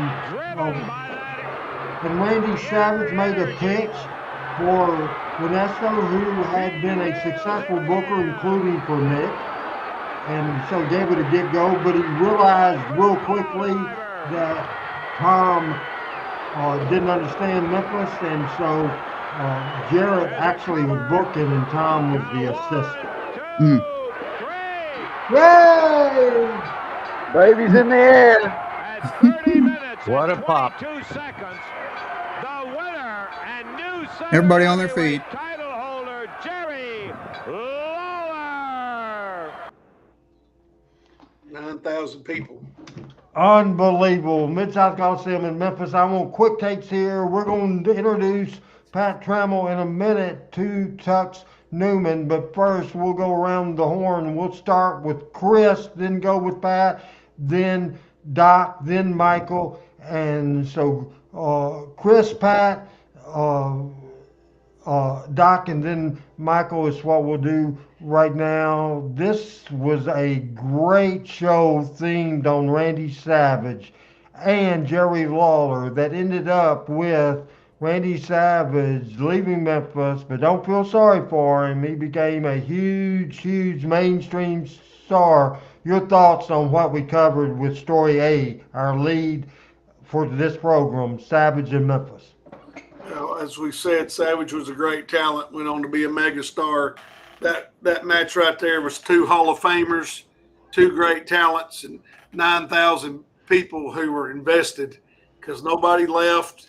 And they all went nuts when it ended. So that's what wrestling should be. That's a synopsis or a snapshot of what wrestling could be and should be.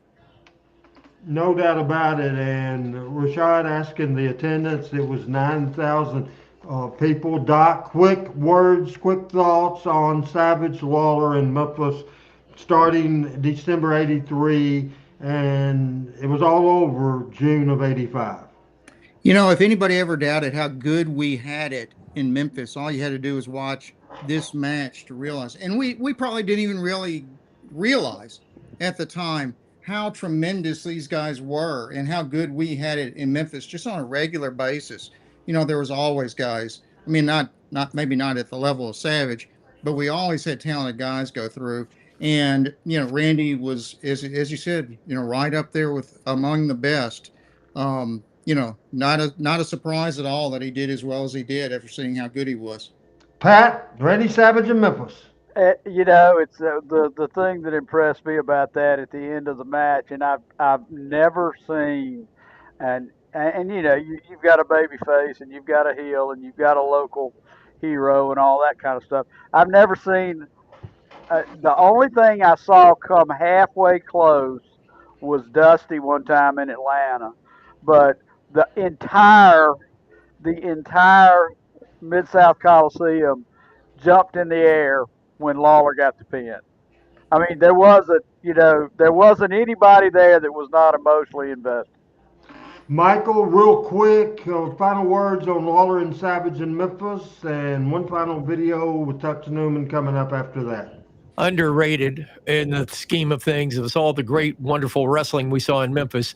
This was underrated because when you look at it and you get to review these matches now, you really see what great stars we were witnessing, future stars in our own midst as big stars back then. Love the talk on Randy Savage, Jerry Lawler, all the great action we had today. And we're introducing Pat Trammell to a new wrestling manager talent to Memphis. It's about a 3-minute, 30-second video. He was managing several people, including the PYT Express. As we watch now, our last video of the day on Talking Memphis Wrestling, Tux Newman.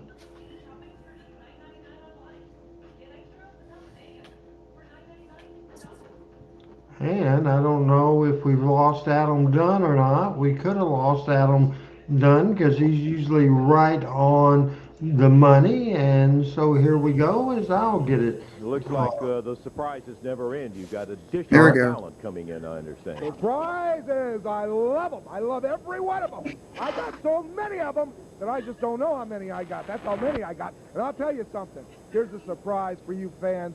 And I'm telling you, my PYT, they are absolutely fantastic. I'm talking about Norvell, Austin, and Coco Ware. When you see, even these morons here recognize great talent. And that's the only thing that the great Tux Newman handles is great talent. Well, I think they're very aware of Norvell, Austin, and Coco Ware. And we had some words from the pair of the PYT, the new acquisition of Tux Newman, Hollywood entrepreneur. Lots of money. There was lots of money there. They wanted lots of money. They got lots of money. You ought to take a look at these men. Let's do it. Lance Russell, Dave Brown, listen up. You hear that music? It means one thing. The pretty young things are on their way back to Memphis, Tennessee. That's right, baby. You know, we just like the Jackson. We've been on tour, baby. We've been to Louisiana, and we whooped everything in Louisiana. We've been to Dallas, Texas, and we whooped everything in Dallas, Texas. We've been down here in Tampa, Florida, and we've been whooping everything down here in Tampa, Florida. Now we're going back to Memphis, Tennessee to clean up the city. So, baby, get ready. Pick up the phone and call somebody, because the pretty young things, baby, they're on their way back home, baby, to get down. Right, Norvell? Exactly right. Mr. Stoley and Lance Russell and Dave Brown, all of y'all, and all of y'all ladies, I know y'all been dying for us to come back.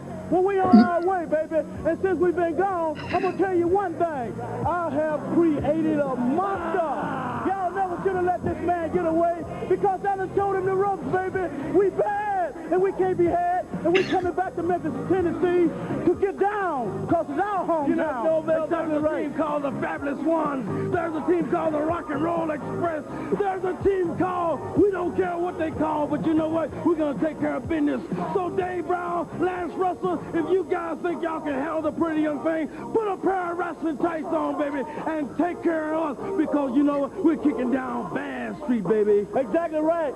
And we got an undefeated record, baby. We ain't been beat by nobody, and we don't intend to come home to get beat. So all you big bad dudes out there, get ready, because here we come. And you know what, Jerry Lawler? If you want a piece of the action, all you got to do is sign your name on the dotted line, baby, because you're going down just like the rest of them. Be ready and be square, because the pretty young thing, baby, they're live and in color. So we'll see y'all in Memphis, Tennessee. All right, Lance, that's it. They're on their way. Yeah. Oh, thank you, Gordon. I think we'll say one thing about it. They are talent. They can wrestle. They are bad. I don't like their attitude, and I don't know whether we're happy to see them come back here or not. You know what's happening right at this very moment? The Fabs. I can hear them right now. Their knees are knocking. They're shaking, you know. They're afraid. The Fabs. And I'm talking about the Dolly sisters, Stephanie and Stan Arena. Are you shaking, aren't you? Okay, Tux. They're coming back. We got action. PYT! We got action coming up. Let's go to the ring for our next bout. And here's... All right, reaction to that video and your final take of the program today. Here's Pat Trammell. I guess I've seen all of Tux Newman I need to see. Pretty Young Things were they were a really good athletic tag team, and I like watching them for sure. Richard, to answer your question about better fan reaction, Dusty or Lawler, both great, but Lawler was week in, week out forever. Dusty had his runs, but you can't overestimate what Lawler did week in and week out in Memphis. Great show today. Final take of Chris Ellis. It's a great show. Randy Savage, one of the all-time greats. And I always liked Norvell, but Tux Newman, Pat, you just saw 10% of his work in Memphis right there in that brief clip. That's one of his 10 appearances. Okay. That's enough. Pat, you've done your. Who is Michael? Oh, I can do it. Take? I will be devil's advocate and say Please. I didn't think Tux Newman was that bad. I thought he sucked for whatever reason. I don't know. I thought Tux was good. Good for the. Say it again, RH, for the people in the back. Say that again. Say it again, RH, for the people in the back. You thought he what? He sucked. Yeah, amen. Amen. I guess it's safe to say that Tux Newman will not be going into the Memphis Hall of Fame at any given time, correct? Unless that goofy ass Kevin Lawler does it behind my back. He very well might do that. Final take. Are we down? Anybody? William, did you have a final take or did you already do one? I again withdraw my comment on Tux Newman. Okay, good. Then you're still allowed to come back on the show that next week will not be on Tuesday. It will be on Wednesday because I was going to be at a volleyball team. One of your referee buddies about kicked me all out of the gym this past week, and he about got the Randy Hales Wrestling Randy last week. About got it. I'm a basketball referee. I don't know anything about volleyball. Okay. Final take, reaction to this show, reaction to next Wednesday that you won't be a part of. Final take to Savage and Lawler. Wrap it up, and then I'll close us out. Here is the great Michael St. freaking John. Well, first of all, great job, Adam. Great job, Randy, on the content of this program was awesome. And panel, when we're all together, I got news for you. I love it when we're all together. This is a party and a half. Love the levity, and just a great show. Thank you, Randy, for allowing me to be a part of it. Chris and Coach and Doc and Pat, you guys are so close to me. I respect and love you guys, each and every one, with so much of my being these days. I absolutely love coming up and doing these shows on Tuesday nights. It's a oasis in the desert sometimes. But I do want to say one thing on a serious note, and I didn't realize this. I had a monitor running during the show. Did you guys realize Robert Redford died? He was one of my favorite actors. That was earlier today. Yeah, he's one of my favorite actors. He always portrayed good, clean, wholesome, great movies, and he was a great director as well. But hate to see the loss of a great one in Robert Redford. But my prayers are to each and every one of you, and a prayer too for our good friend Jerry Lawler. He's been through some tough times again, and he's making a comeback as Jerry always does. That strap is down, and we love you, Jerry, and our prayers are with you. One little quick business, because Wednesday night next week, no show next Tuesday because of a ball game I'm doing. We know that Dr. Robinson is out. He will be being a music star. Michael St. John will be in Tennessee next week. Pat, how are you next Wednesday? And Chris, how are you? We'll start with Pat first. I think I'm okay. I'm at the mercy of whoever can dial a damn telephone, but I think I'm okay right now. How about you? How's your schedule, Chris? It should be fine. That is great. This is fun. The band was back together again, and part of the band will be here next Wednesday night. Adam, you did a wonderful job. We're back on Fun Radio. We're broadcasting now. Is the guy's name Adam? Chad, thank you Sanders. very much. And of course, thanks to Adam Dunn. We'll see everybody next Wednesday on Talking Memphis Wrestling. Good night, everybody. So long.